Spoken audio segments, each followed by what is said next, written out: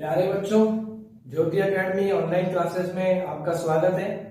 हम लोग chapter number 2 पढ़ रहे हैं और पिछली क्लास में हम लोग जो सबसे इंपॉर्टेंट टॉपिक पढ़ रहे थे इस पाठ का वो था गाउस का नियम। ध्यान रहे, गाउस के नियम के 7 अनुप्रयोग हैं हमारे सिलेबस में, जिनमें से एक अनुप्रयोग मैं बार बार आपसे कह रहा हूं लगभग बोर्ड में 3 नंबर के या 4 नंबर के प्रश्न में आता है। और बेटा सातों के सातों अनुप्रयोग लगभग एक जैसे हैं। आप लोगों ने अगर पिछला वीडियो लेक्चर अच्छे से पढ़ा है, सुना है, तो आपने देखा था कि गाउस के नियम के अनुप्रयोग में हमें केवल 3 स्टेप फॉलो करने हैं। स्टेप नंबर 1, गाउस का नियम लगाना। गाउस का नियम क्या था हमारे पास? फाई बराबर summation q upon epsilon not. Gauss का नियम लगाने की सबसे महत्वपूर्ण शर्त क्या थी? बंद पृष्ठ की कल्पना। और बंद पृष्ठ कैसा होना चाहिए? ज्यामितीय रूप से सममित होना चाहिए। क्लियर बेटा? तो 7 अनुप्रयोग में स्टेप नंबर 1 आपको यही करना है। स्टेप नंबर 2 क्या बताया था?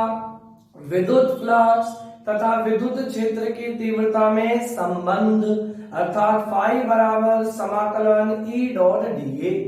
ठीक है। और स्टेप नंबर 3 क्या बताया था? समीकरण 1 और समीकरण 2 की तुलना करना। ठीक है। मैं फिर से कह रहा हूं, सातों के सातों अनुप्रयोग बिल्कुल एक जैसे हैं, बस थोड़ा सा डिफरेंस जो है वो आप बहुत अच्छी तरह से कंसंट्रेट करके देखेंगे, अभ्यास करेंगे तो हाथों हाथ ये सातों अनुप्रयोग आपको क्लियर होंगे।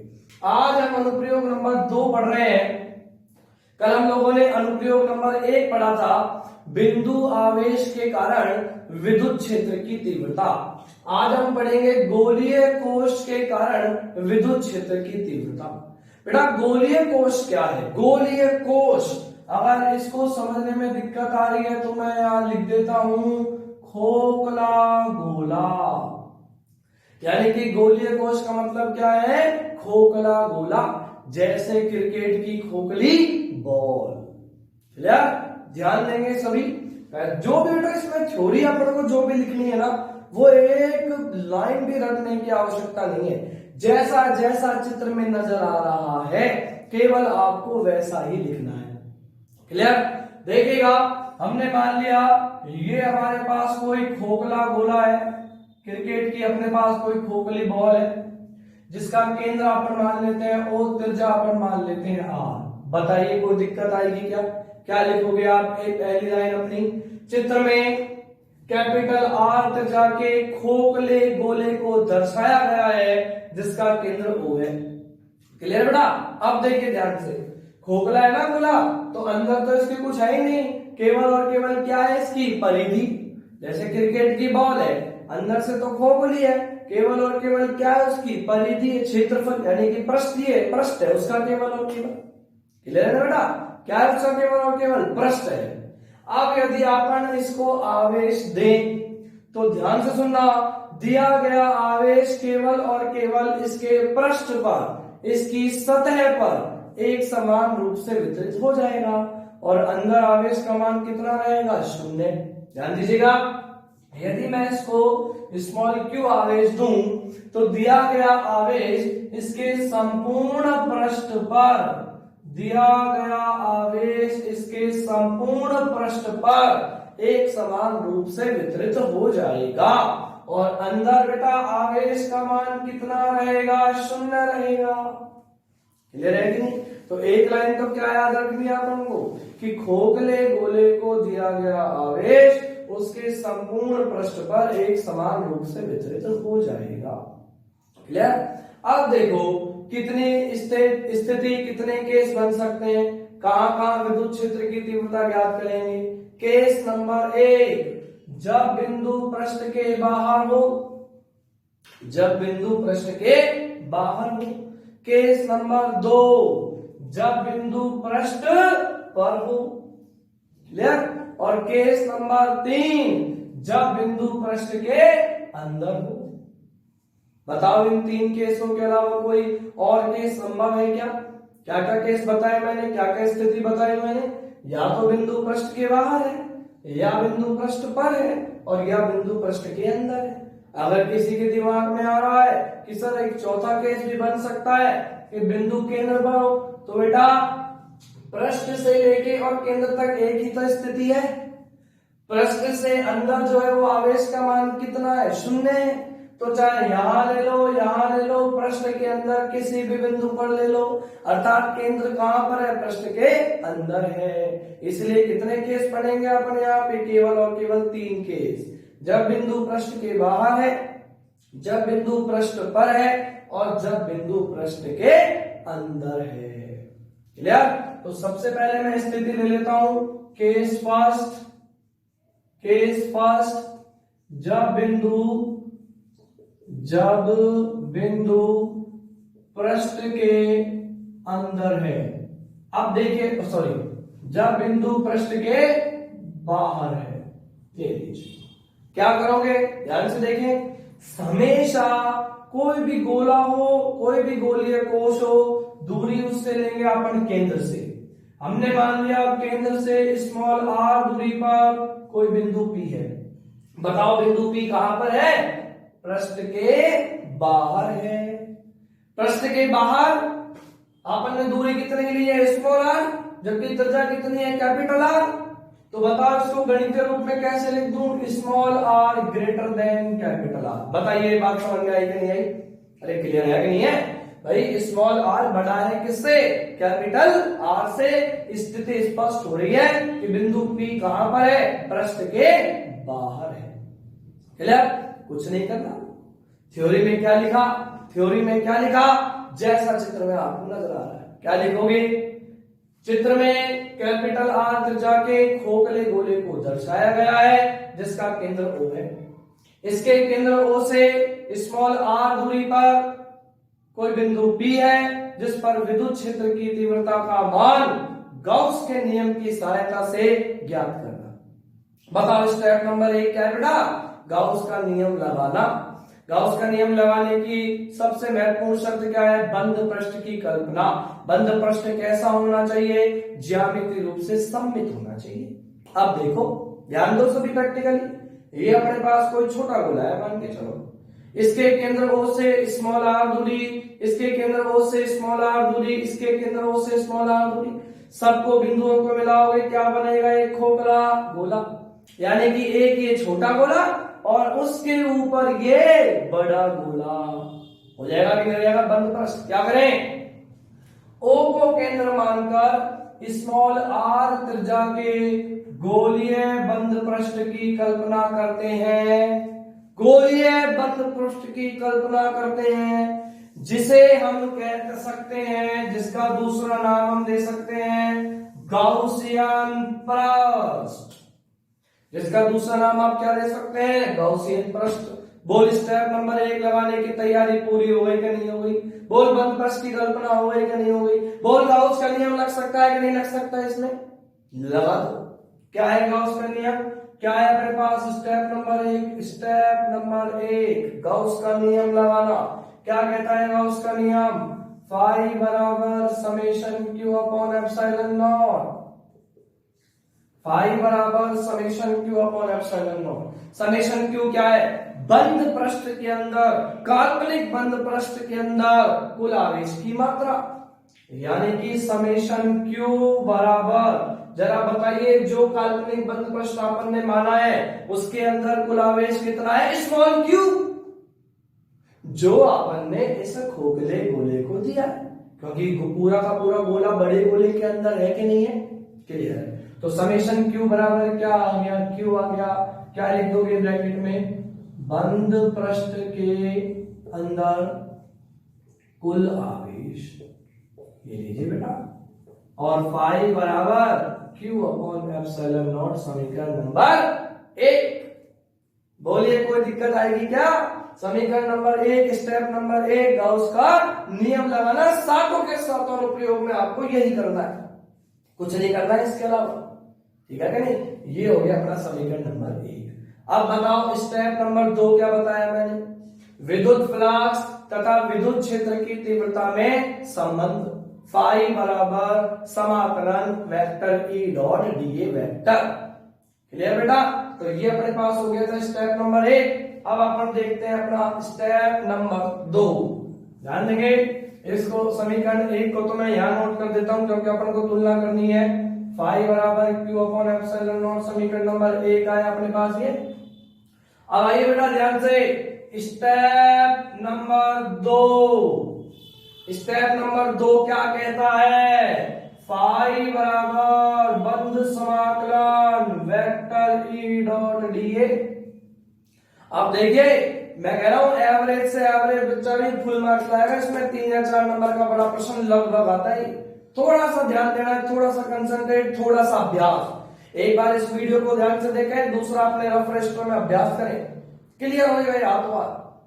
अब बताओ किसकी कल्पना करनी पड़ेगी? डीए क्या है यहाँ पे? बंद पृष्ठ का अल्पांश क्षेत्रफल।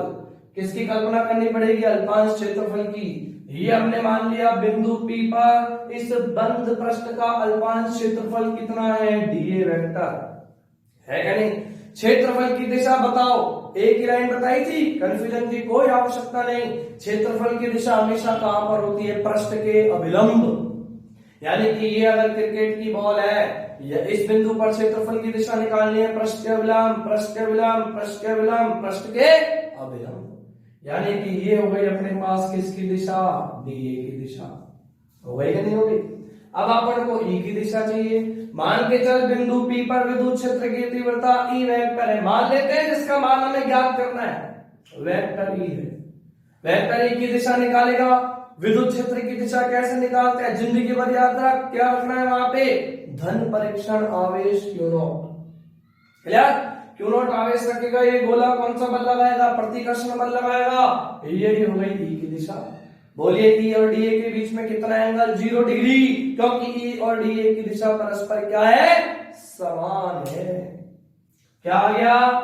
फाई बराबर बंद समाकलन e d a cos theta. Theta बराबर कितना है? 0 डिग्री। फाई बराबर बंद समाकलन e d a cos 0 degree. Cos 0 degree 1। Phi बराबर किसके सापेक्ष समाकलन? डीए। ई बाहर बंद समाकलन डीए। पिछले अनुप्रयोग में भी यही किया था बेटा। डीए क्या है जल्दी बताओ? डीए क्या है? बंद पृष्ठ का अल्पांश क्षेत्रफल। समाकलन करोगे संपूर्ण बंद पृष्ठ का क्षेत्रफल। लेकिन इसमें गलती मत कर देना। संपूर्ण बंद पृष्ठ कौन सा संपूर्ण बंद पृष्ठ? संपूर्ण काल्पनिक बंद पृष्ठ। कितनी त्रिज्या का गोला माना है काल्पनिक बंद पृष्ठ? Small r. गोले का क्षेत्रफल 4 पाई आर स्क्वायर। क्या करोगे यहाँ पे? क्लोज इंटीग्रल डीए बराबर 4 pi r square. Capital r square मत कर देना, कैपिटल आर तो इस गोले की त्रिज्या है, जबकि ये अपन को क्या निकालना है? काल्पनिक बंद पृष्ठ का क्षेत्रफल। और काल्पनिक बंद पृष्ठ कितनी त्रिज्या का गोला? स्मॉल आर त्रिज्या का। क्लियर? और ये आ जाएगा फाई बराबर E into 4 pi r square, समीकरण नंबर 2। ये आपका वही पहला, आप देखेंगे पहला अनुप्रयोग अगर पढ़ा है आपने तो यही का ये स्टेप है। दूसरा क्लियर? बताइए स्टेप नंबर 2 में कोई प्रॉब्लम आएगी क्या? नहीं आनी चाहिए बिल्कुल भी। क्लियर? स्टेप नंबर 1 ये रहा, स्टेप नंबर 2 ये रहा। बताइए स्टेप नंबर 3 क्या करना है? समीकरण 1 भी फाई का मान दे रहा है, समीकरण 2 भी फाई का मान दे रहा है। समीकरण 1 और समीकरण 2 की क्या कर लोगे? तुलना कर लोगे। क्या करोगे अगले स्टेप में? Step number 3। स्टेप नंबर 3 समीकरण 1 व 2 से लेफ्ट हैंड साइड बराबर राइट हैंड साइड बराबर ई गुणा 4 पाई आर स्क्वायर बराबर Q upon epsilon naught. E निकालना ना बेटा, तो ई बराबर Q upon 4 pi r square epsilon naught. व्यवस्थित करके लिख दो। ई बराबर क्यू अपॉन या 1 upon 4 pi epsilon naught r square. 1 upon 4 pi epsilon naught क्या बन गया? K Q upon are square. और ये कहां पे था? बिंदु बाहर, तो इसको अपन क्या लिख दें? ई बाहर। ये लीजिए, बोलिए कोई दिक्कत? ई बाहर आ गया K Q upon small r square. Clear है बेटा? नहीं है? क्लियर है कि नहीं है? ग्राफ बनाए, क्या संबंध आ रहा है ई और आर स्क्वायर में? क्या संबंध आ रहा है? ग्राफ बनाते हैं, देखिए ध्यान से।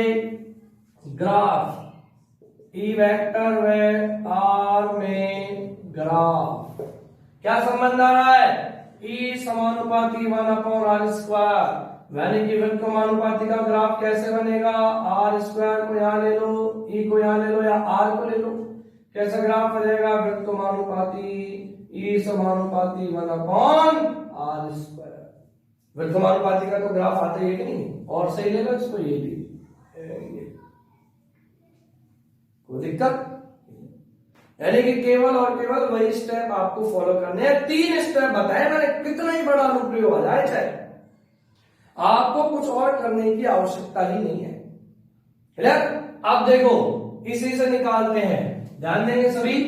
अपने पास गोलीय कोश के कारण पृष्ठ के बाहर, अपने पास गोलीय कोश के कारण पृष्ठ के बाहर क्या आया? KQ/r²। ध्यान रहे, कैपिटल आर और स्मॉल आर में कंफ्यूजन नहीं हो जाना है। पृष्ठ के बाहर कितना आया? Small r. अब आते हैं केस नंबर 2।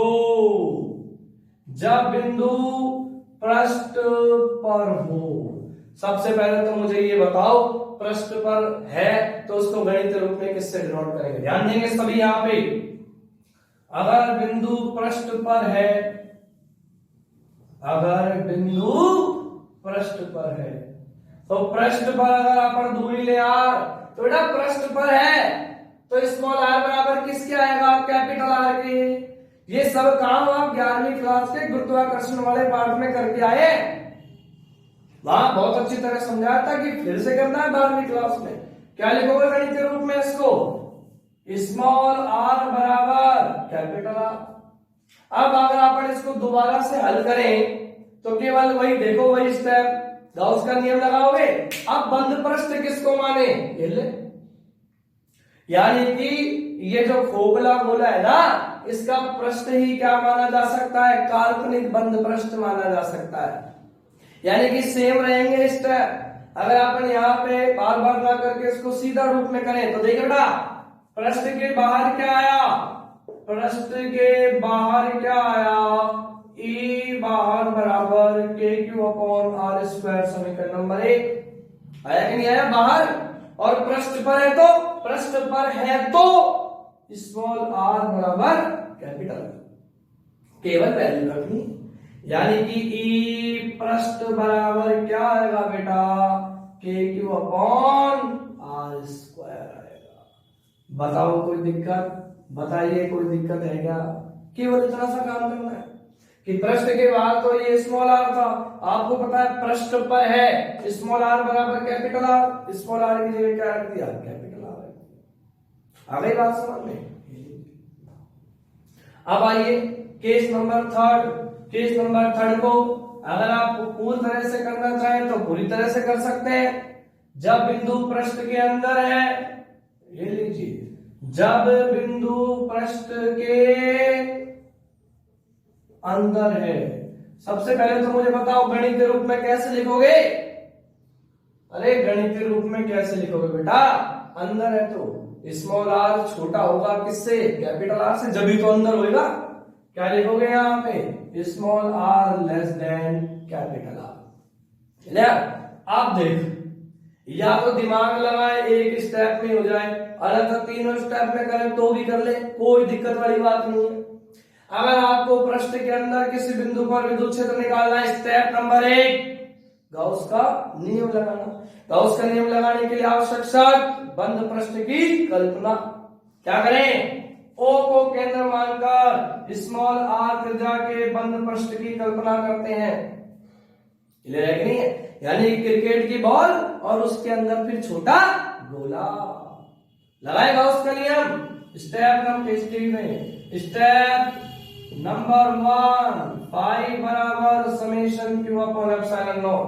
कौन बताएगा मुझे समेशन क्यू बराबर? समेशन क्यू क्या है यहाँ पे? समेशन क्यू क्या है यहाँ पे? बंद काल्पनिक बंद पृष्ठ के अंदर कुल आवेश। बताओ काल्पनिक बंद पृष्ठ के अंदर कोई आवेश है क्या? अरे गोले के अंदर आवेश कितना है? 0 है। तो समेशन क्यू बराबर यहाँ पे क्या आ गया? 0। और फाई बराबर यहाँ पे क्या आ गया 0। क्लियर है कि नहीं है? ये लीजिए। नहीं तो बेटा केस नंबर 3 को एक लाइन में क्या लिखोगे आप? क्या लिखोगे एक लाइन में कि खोखले गोले के अंदर कोई आवेश नहीं है, अतः आवेश नहीं है तो विद्युत क्षेत्र की तीव्रता कितनी होगी? 0। क्या होगी? विद्युत क्षेत्र की तीव्रता 0 होगी। क्लियर? और अगर कंप्लीट करना है कंप्लीट कर लेते हैं। फाई बराबर 0। अब देख दूसरा स्टेप लगाएगा। फाई बराबर बंद समाकलन ई डॉट डीए। हमने मान लिया अल्पांश क्षेत्रफल डीए वेक्टर, हमने मान लिया विद्युत क्षेत्र की तीव्रता ई वेक्टर है। तो स्टेप नंबर 2 क्या करेगा? जल्दी बोल। फाई बराबर close integral vector E dot DA, है ना? ये आपने माना है, ज्ञात करना है ना। कभी कर दो सर ई तो 0 है, आपने ई वेक्टर क्या कर दिया? अरे हमने माना है ना, जिसका मान अपन को ज्ञात करना है, आ जाएगा अपने आप बाद में 0। तो फाई बराबर ई बार क्लोज इंटीग्रल डीए, ई और डीए के बीच में कितना आएगा? 0। cos 0 डिग्री बराबर कितना हो गया? 1। कोई दिक्कत? आगे आते हैं, क्या करोगे? फाई बराबर ई इंटू डीए क्या है? काल्पनिक बंद पृष्ठ का अल्पांश क्षेत्रफल, समाकलन करोगे संपूर्ण काल्पनिक बंद पृष्ठ का क्षेत्रफल कितने त्रिज्या का? Small r. गोले का क्षेत्रफल 4 पाई आर स्क्वायर। समीकरण नंबर 2। कोई दिक्कत? Step number 3। स्टेप नंबर 3 समीकरण 1 में 2 से करे बेटा तुलना समीकरण 1 और 2 की। लेफ्ट हैंड साइड बराबर तो राइट हैंड साइड भी बराबर, और e into 4 pi r square बराबर 0। ये 0 हो नहीं सकता, यानी कि e बराबर कितना होएगा? 0। बताओ कोई दिक्कत? और नहीं तो यहाँ पे अपन एक लाइन में लिख सकते थे कि गोलीय कोश के अंदर आवेश का मान 0 होता है, अतः विद्युत क्षेत्र का मान भी 0 होगा। क्या निष्कर्ष निकला? कि गोलीय कोश के अंदर विद्युत क्षेत्र का मान कितना? 0। एक नंबर में पीछे प्रश्न दे रखा है, गलती नहीं करनी है। गोलीय कोश के पृष्ठ के अंदर विद्युत क्षेत्र का मान कितना होता है? 0 होता है। पृष्ठ पर सर्वाधिक, पृष्ठ पर सर्वाधिक, क्योंकि कैपिटल आर है, और जैसे जैसे पृष्ठ से दूर जाओगे स्मॉल आर का मान बढ़ेगा, स्मॉल आर का मान बढ़ेगा तो ई का मान क्या होगा? घटेगा। क्या निष्कर्ष निकला? कि गोलीय कोश के पृष्ठ के अंदर विद्युत क्षेत्र 0, पृष्ठ पर अधिकतम, जैसे जैसे पृष्ठ से दूर जाओगे विद्युत क्षेत्र का मान घटेगा। क्लियर? तो ये था हमारा आज का अनुप्रयोग नंबर 2, जो कि है गोलीय कोश के कारण विद्युत क्षेत्र की तीव्रता। गोलीय कोश के कारण विद्युत क्षेत्र की तीव्रता। बेटा स्टेप वही करना है, मैं बार बार कह रहा हूं, बार बार अभ्यास कीजिए। कोई भी डाउट आ रहा है मैसेज करें व्हाट्सएप पे, या वीडियो के लिंक में आप मेरे को अपने डाउट बता दें, मैं आपका डाउट क्लियर करूं। लेकिन अभ्यास बार बार करना है, समझने मैथमेटिकल है पूरा पाठ। क्लियर है कि नहीं है? केवल 3 स्टेप। स्टेप नंबर 1 गॉस का नियम लगाना, स्टेप नंबर 2 फाई बराबर close integral E dot DA लगाना, स्टेप नंबर 3 समीकरण 1 और समीकरण 2 की तुलना करना, और किसका मान निकाल देना? ई का मान। क्लियर? तो आज हमने गॉस के नियम का अनुप्रयोग नंबर 2 पढ़ा, कल हम पढ़ेंगे अनुप्रयोग नंबर 3 और उससे आगे। यहां तक अपने नोट्स बना लीजिएगा, वो नोट्स मिल जाएंगे आपको, और मैं कह रहा हूं बार बार अभ्यास करना है। आज ही आज गॉस का नियम अनुप्रयोग नंबर 1 और अनुप्रयोग नंबर 2 का प्रत्येक बालक बार बार अभ्यास करेगा। कोई भी समस्या आती है आप उससे पूछिए। ठीक है? धन्यवाद।